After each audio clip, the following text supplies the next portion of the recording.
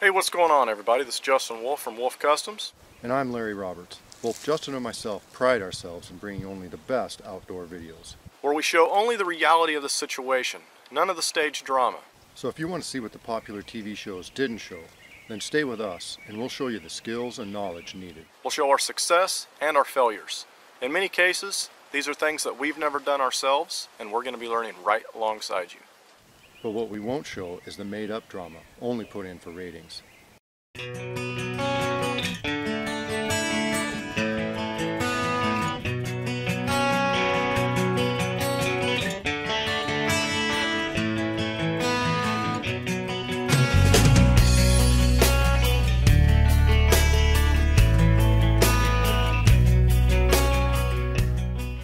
Alright, so let's imagine for a second that we're a cattle rancher or something like that. We're out in the middle of a prairie or an open plain. We get off our horse, do something, or we don't get off our horse. Something spooks it. It runs off or bucks us. Oftentimes, horses, when they get spooked, they just run for the hills. They run home. I know this because I have horses. That's what they do. They get spooked, they run for the barn. So let's imagine that that's what's happened to us. So now we find ourselves out in, like I said, an open prairie. You know, not a whole lot of resources, especially trees. It's cold. It's late in the evening. We don't have shelter, so we damn sure need fire. But like I said, we don't have a lot of trees out there, so our resources are limited. Well, oftentimes I've seen people use cow chips or cow droppings. This is something that, you know, a lot of people probably don't experiment with because, I mean, who wants to play with cow crap, you know? Or any kind of crap for that matter. You see it a lot. People will transport fire with it holding ember. I've even heard of people building fires out of cow patties. So that's what we're going to do today. Right now I'm in a cow pasture. So it's been raining quite a bit here lately. The ground is still a little soft, but I think if I look hard enough I can probably find something that's decently dry. So we're going to try that. Then I'm going to head back home and we're going to experiment with horse droppings as well. In the past I've tried rabbit and I've tried deer, and I couldn't get either one of them to even hold an ember, even when they were completely dry. I mean, I would get it, the ember would last all of about 5 seconds, and then that was about all she wrote. So let's see if the same is true with cow patties and with horse droppings. Well, as I said, the ground is still damp. You know, the underside of this is quite wet, but the top side is decently dry. I mean, it's not perfect, but you know what? That's the reality of it. I mean, when I need to do this, things are not going to always be perfect. I'm not going to have perfectly dry weather all the time. So we're going to see if we can get this to take on several different means. First, I'm going to try a big lighter. Then I'm going to try, you know, a ferro rod, and if those work, then I'll also attempt solar ignition. The sun is going behind the clouds pretty good today, but I still think that we can do it. The biggest challenge of the day is going to be the big lighter because it is extremely windy today. And let's imagine that I was in a prairie or an open plain. I don't have anything to hide behind to block the wind to start my pick. Now I can put it under my shirt and go that route, but at the same time I got to try to cater to the camera, so I can't necessarily put it under my shirt and get the camera down in there so you can see it going and everything else. So I'm going to have to try to tuck behind a tree and just realize that I wouldn't have the luxury of that tree if I was really in this situation.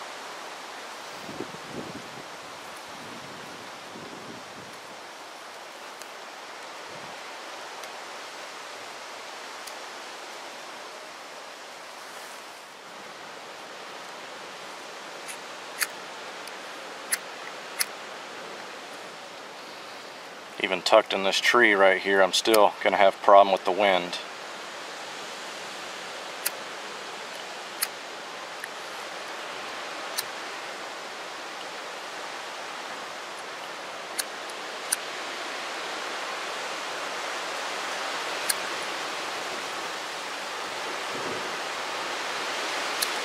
Had a small ember for a second.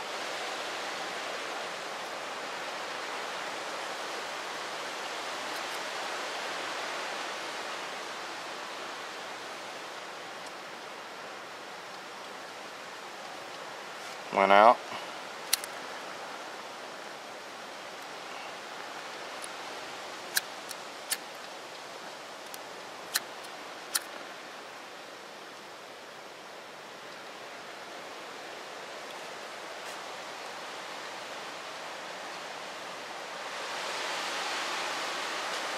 And that also went out.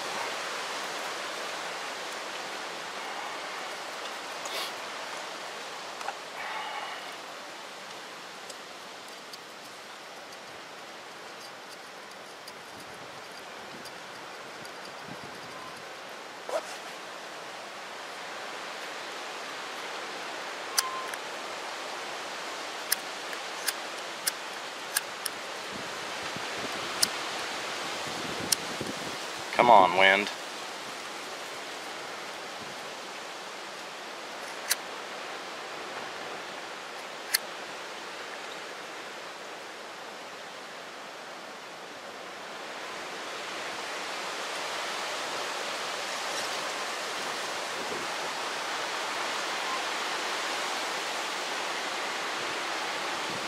Just not going to take. It's packed really tight, and it could be that, you know, there's still just too much moisture in it. I don't know. Let's try this piece here. That seems a little bit better than the one that I had.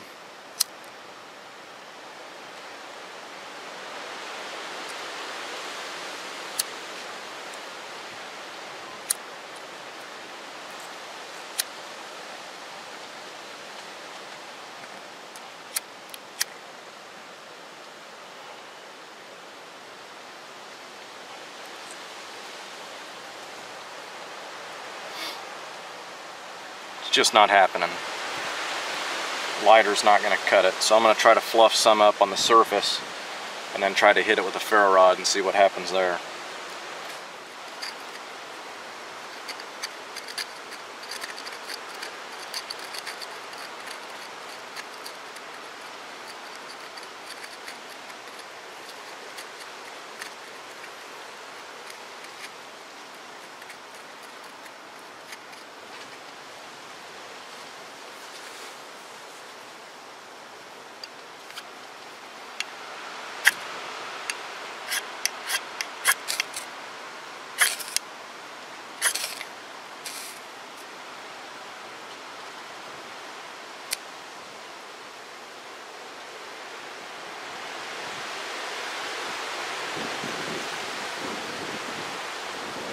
Held it for a second.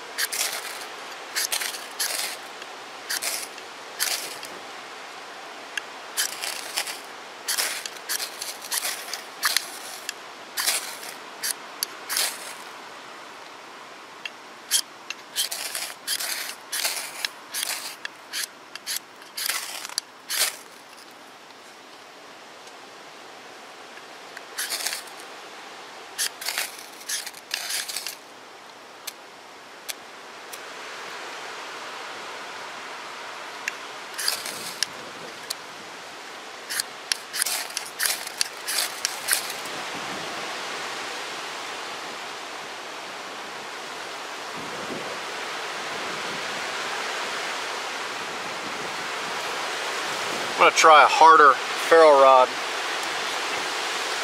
so that way I can try to get them embers on there a little bit better. A softer one, the embers kind of stick and they like to throw all over the place. Let's try this one here.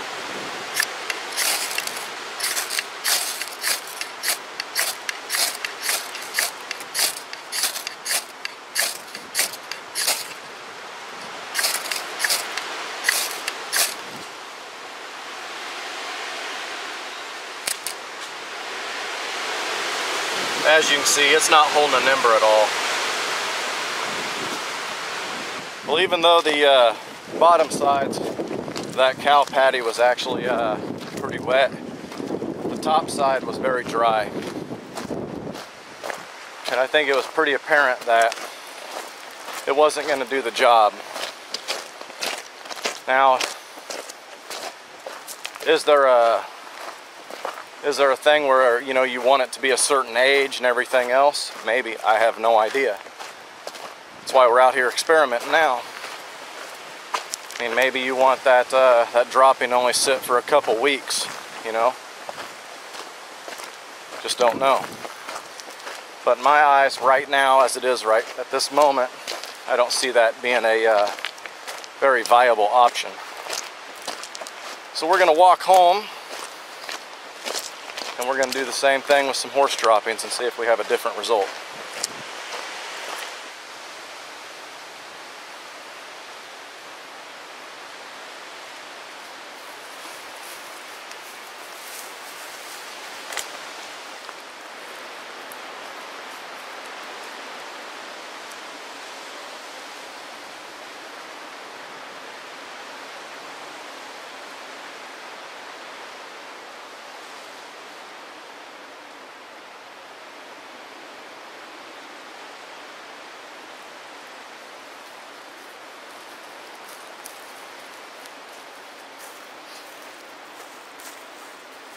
Well, what I was going to do is I was going to get some deer droppings, and we were going to try that out real quick, but they're still just too damp. We just, like I said, we just had rain yesterday, and it's still just too damp. So we're just going to head home, like I said, and we'll try it out with the horse. I think while I'm out here, I'm going to gather up some of this sage, take back. See how when I lay it over, how it's silverish on the bottom of the leaves? That's how you know you got sage. So I'm going to gather up some of this, let it dry out, burn this stuff. And people like me that have a hard time sleeping, you can use this to help you sleep. Kind of calms you. So here's the top side. When we turn it over, it's real silverish. Very easy to identify.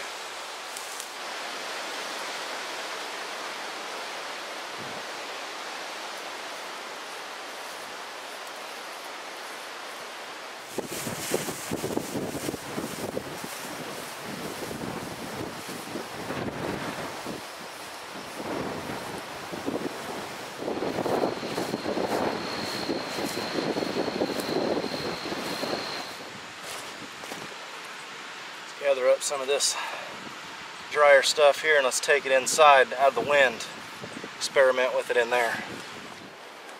Now, I'll tell you, the first thing that I notice is horse, it's looser, you know, and I think this is going to really help with oxygen flow. It's just not packed as tight as the cow was. Let's see what we can do. Still a little bit of a draft here in the barn, but it's definitely better than it was outside, that's for sure.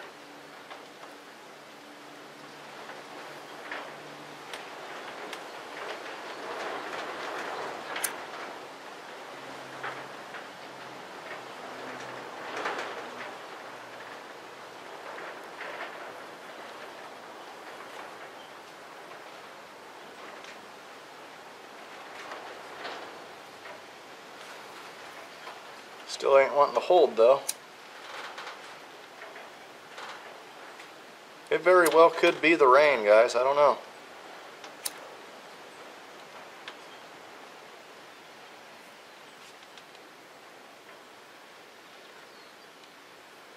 Still isn't holding. Let me gather up some that's right here in the barn so that I know that it's been, you know, out of the rain and everything else. And let's take a look at it. Okay, well here's some that I got straight from the barn. Looks the same, feels the same, but let's try it.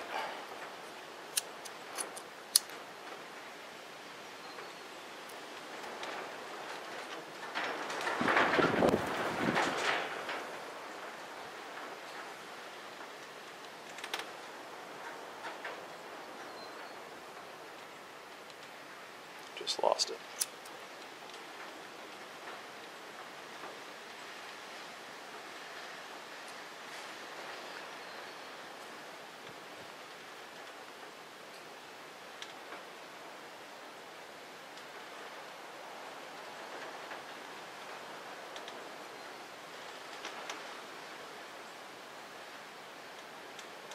Okay, now this one's still smoldering.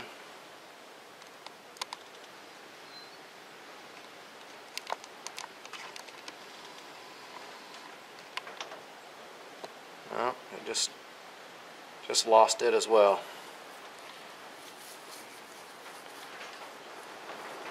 Let's break it up a little bit.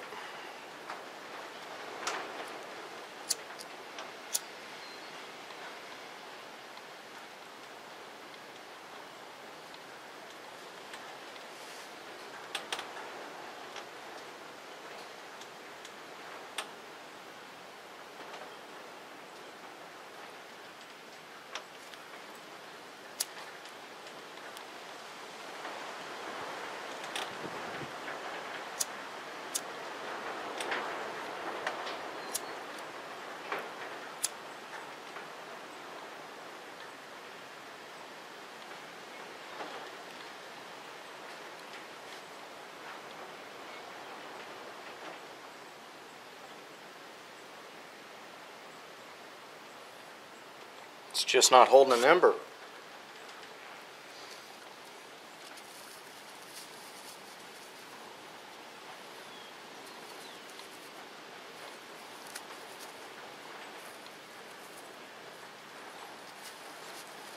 So I don't see it being very practical to transport fire.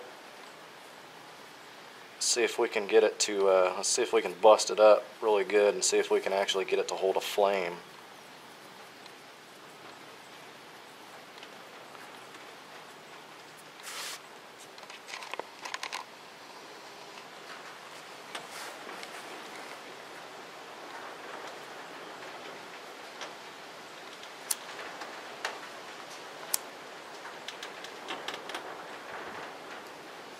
Wind is not helping.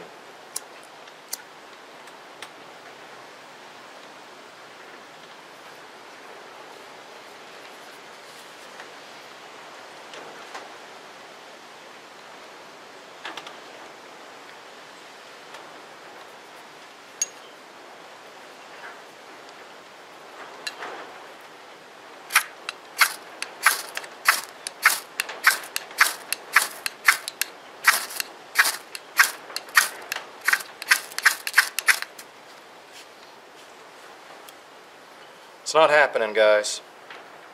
Not happening at all.